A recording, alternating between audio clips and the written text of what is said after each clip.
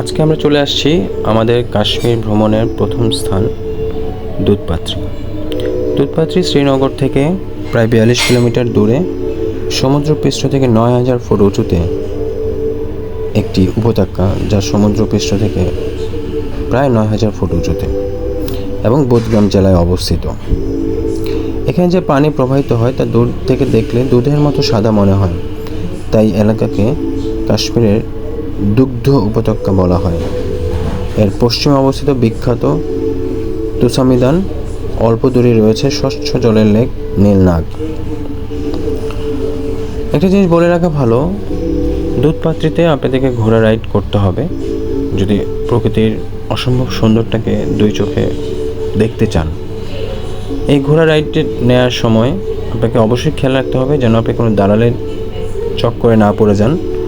কেউ কেউ হয়তো 2000 রুপি 2500 রুপি যাবেন, বাট আপনি যদি আমাদের মতন এই অফ সিজনে যান, অক্টোবরের লাস্টে বা নভেম্বরের শুরুর দিকে, তাহলে অবশ্যই মনে রাখবেন প্রতিটা ঘোড়া 600 ম্যাক্সিমাম 700 রুপির মধ্যে আপনারা ভাড়া নিতে পারবেন।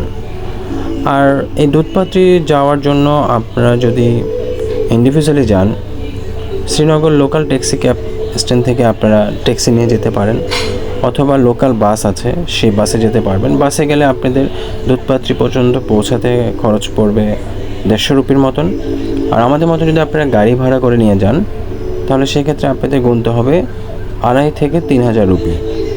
সকালে 7:30 8টার দিকে নিয়ে যাবে এবং বিকেলে 3টা থেকে 3:30টার দিকে নিয়ে আসবে।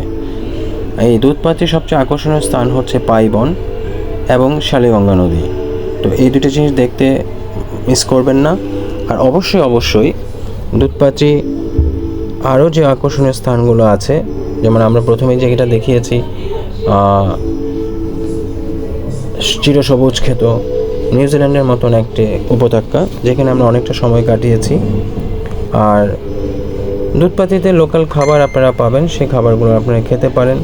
ওইখানে লোকাল কাশ্মীরি চা আছে যেটা আসলে লবণ দিয়ে খাওয়া হয়। এছাড়া বাকি সব খাবারই অ্যাজ ইউজুয়াল আপনারা যেটা কাশ্মীরে পাবেন, শ্রীনগরে পাবেন, সেম জিনিসটা আপনারা দুধপাত্রিতেও পাবেন। তো কাশ্মীর গেলে অবশ্যই দুধপাত্রি ভিজিট করবেন, এবং দুধপাত্রি দেখে না আসলে অনেক বড় একটা মিস হয়ে যাবে, যেটা আসলে আমাদের অনেকেরই ট্যুর প্ল্যানে দুধপাত্রি থাকে না কাশ্মীরের ক্ষেত্রে। বাট আমার সাজেশন থাকবে অবশ্যই আপনারা দুধপাত্রিটিকে আপনাদের ভ্রমণের লিস্টে রাখবেন, যাতে সৌন্দর্য শুধু অবলোকন করতে পারবেন না, প্রকৃতির যে লীলা খেলা সেটাও নিজের চোখে খুব কাছ থেকে দেখে আসতে পারবেন। ধন্যবাদ, সাথে থাকবেন, সামনে আরও আপডেট দিব আমরা কাশ্মীর ভ্রমণ নিয়ে।